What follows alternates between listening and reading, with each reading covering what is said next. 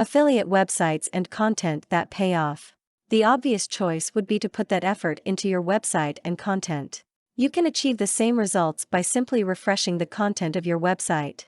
You can add to its archives and additional resources sections, without muddying the primary pages we established before, and still give current information and additional value to your customers and to the search engines. Not only can you add additional content, but you can test and tweak and change the content you haven't tested against past versions.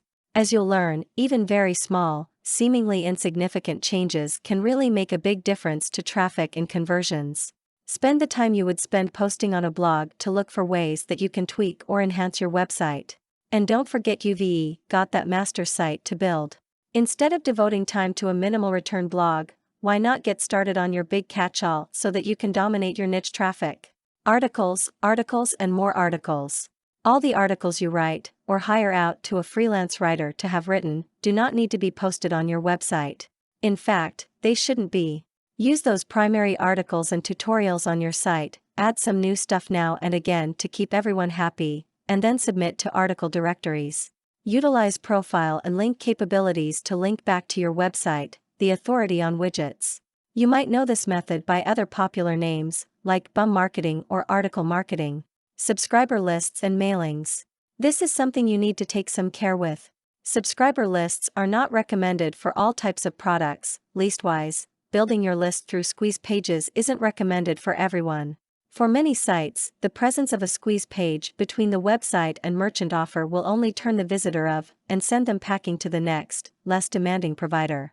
Still, there are ways to make subscriber lists work.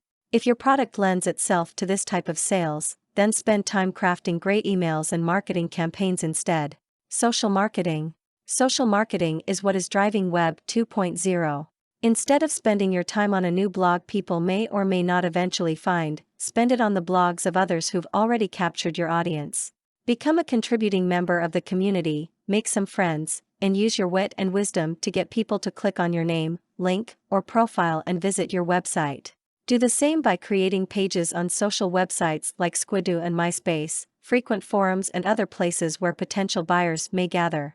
By engaging in social marketing, you're bringing your products to the masses, rather than waiting for them to find you. It's a much more active approach, and one that can be tailored to offer that all-important focus your affiliate plan needs. Not only that, but it's a lot more fun than talking to yourself on your blog, too. And you won't have to worry about maintaining it when you're off on vacation enjoying all that big dog affiliate cash. Now that we've addressed the question of blogging, let's move on and talk about the one thing that dominates the internet, playing the web game to pull in the traffic. In the next few chapters, we'll talk about how to run with the big dogs that run the whole show, Google and its peers, if Google has a true peer. Next, we'll get into the issue of search engines and optimizing to make them your friends. It's crucial to affiliate marketing, so don't miss these next few episodes.